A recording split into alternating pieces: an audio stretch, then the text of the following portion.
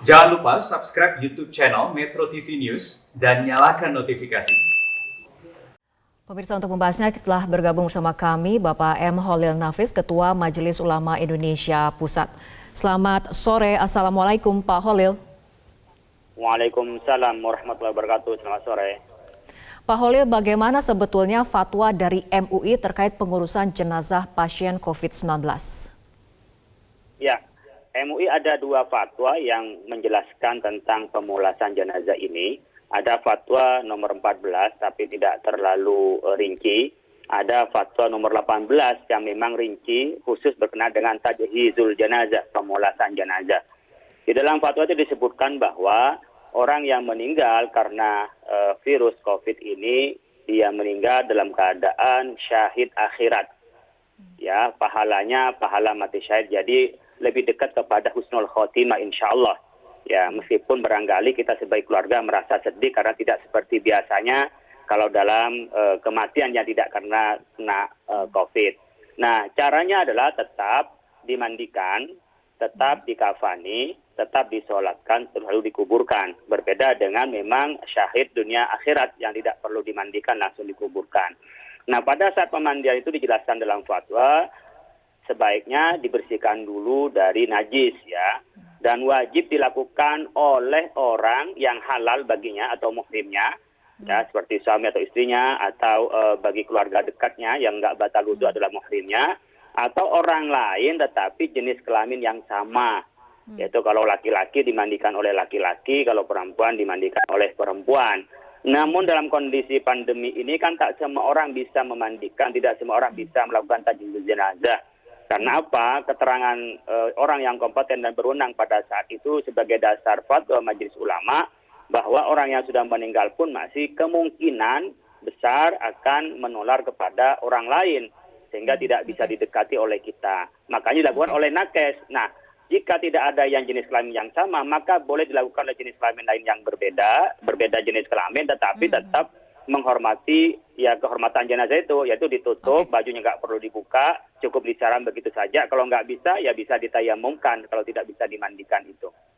Baik, Pak Holil, karena dalam kasus ini pihak rumah sakit mengatakan keputusan memandikan jenazah oleh petugas kesehatan pria dikarenakan tidak adanya petugas kesehatan perempuan untuk memandikan jenazah pasien itu sendiri. Artinya dalam masa kedaruratan seperti sekarang, hal ini dimungkinkan? Dimungkinkan dan dibolehkan. Jadi ada klausul dalam fatwa jika di dalam kondisi rumah sakit tidak ada tenaga kesehatan, nakesnya yang jenis kelamin yang sama akan dilakukan oleh jenis kelamin yang berbeda.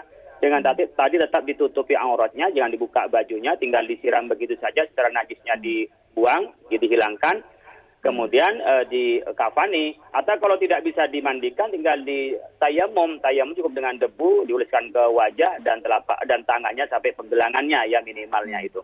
Nah, oleh karena itu kasus ini sebenarnya di dalam fatwa itu masih dalam toleransi darurat kalau memang tidak ada lain. Meskipun setelah ini menjadi perhatian kita bahwa rumah sakit itu hendaklah bisa menyiapkan tenaga yang bisa kesehatan yang bisa memandikan dengan jenis kelamin yang sama.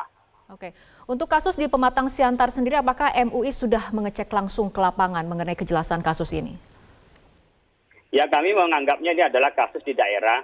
Tidak perlu direspon oleh pusat dan daerah sudah kembali kepada fatwa MUI. Jadi sudah jelas di dalam fatwa MUI itu bagaimana cara tajhizul jenazah.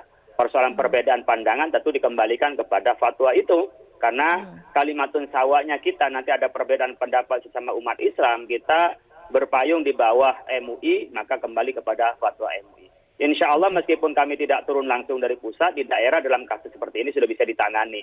Tentu mungkin nggak sampai tingkat provinsi, cukup di kabupaten kota bisa diselesaikan sebenarnya kasus seperti ini karena ulama setempat tentu lebih bijak dan bahkan bisa dilakukan dengan kearifan lokal, bahkan mungkin dimediasi. Antar keduanya bisa dimediasi sehingga jalur hukum itu bukan satu-satunya penyelesaian di dalam masalah yang barangkali kurang nyaman bagi kita. Pak Holil, mengenai mediasi sendiri, saat ini sebetulnya kasusnya sudah diproses hukum oleh polisi, namun kemudian Kejaksaan Negeri Pematang Siantar menghentikan penuntutan kasus dugaan penistaan agama oleh 4 tenaga kesehatan yang memandikan jenazah pasien suspek COVID-19. Sebetulnya tanggapan dari MUI sendiri melihat duduk perkara ini apakah kemudian cukup dimediasi atau memang harus melalui ranah hukum, seperti apa? Kalau saya secara pribadi dan mungkin pandangan kita, para ulama juga, suatu hal yang bisa diselesaikan secara musyawarah, secara dialog itu lebih baik daripada proses hukum.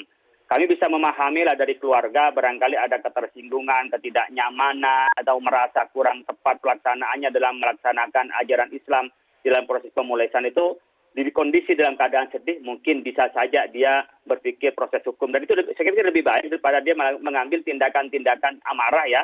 Itu lebih baik saya pikir dihormati sebagai warga negara untuk melakukan jalur hukum. Tetapi coba kita juga berpikir kepada saudara-saudara kita menjadi tenaga kesehatan ini ada dalam risiko yang berat. Ketika pakai APD itu berapa jam, 8 jam sampai 10 jam, dia juga tidak membuka APD dan kondisi capek, mungkin nggak sempat dia baca fatwa, sehingga kita bisa memahami bagaimana mereka bekerja dan menolong. Nah, inilah barangkali dari pihak rumah sakit, itu seperti kepala rumah sakitnya bisa memediasi ini, bahkan memberikan kompensasi yang nantinya menjadi perbaikan dari rumah sakit itu di dalam memberikan ya SOP sesuai dengan fatwa MUI, karena umat Islam ingin melaksanakan ajaran agamanya dan kalau ini dilaksanakan tidak sesuai dengan ajaran Islam, kita menjadi dosa semua, namanya fardu kifayah. Kalau ada kewajiban yang tidak dilaksanakan, kita bisa kena dosa. Oleh karena itu, saya pikir mediasi bisa dilakukan oleh masyarakat setempat, oleh tokoh masyarakat. Tentu rumah sakit harus terlibat di sini, termasuk juga barangkali bisa memberikan kompensasi. Ya kalau memang salah minta maaf, nggak ada salahnya kita minta maaf dan kita bisa lakukan dengan cara damai dan baik-baik. Ya, baik. Pak Holil, mengenai peran MUI sendiri agar kemudian kasus-kasus seperti ini tidak terjadi lagi di kemudian hari. Apakah nantinya akan ada aturan yang lebih detail mengenai fatwa MUI, pemulasaran jenazah agar kemudian tidak timbul adanya perbedaan pandangan misalnya antara pusat dan daerah, atau apakah nantinya akan ada teknis-teknis yang kemudian lebih dipertajam dan lebih diperjelas? Ya.